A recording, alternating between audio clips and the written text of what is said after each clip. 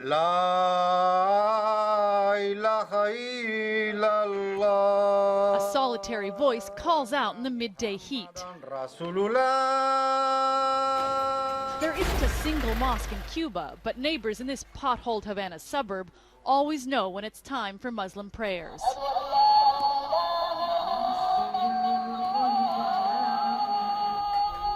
Bismillahirrahmanirrahim.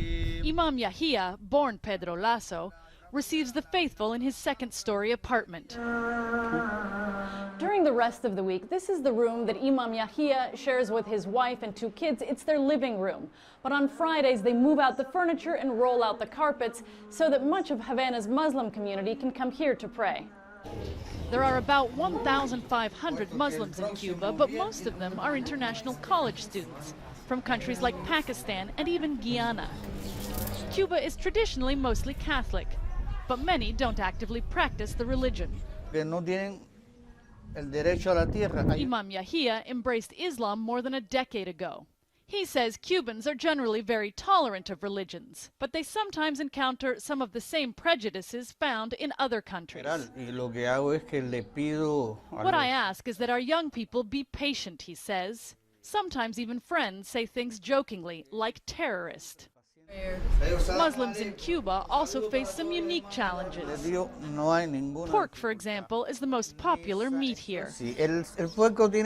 Pork has the problem that it's very attractive, he says, just like all things that are bad.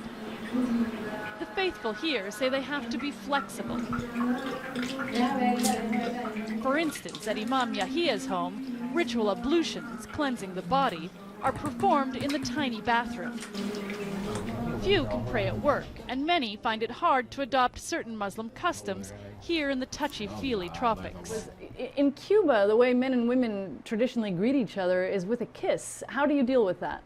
It's not easy to tell her, don't kiss me, because I'm Muslim. Many Muslim countries have offered to donate the money for a mosque, but Imam Yahya wants the gesture to come from Cuba. Something he says could happen in the near future. Shasta Darlington, CNN, Havana.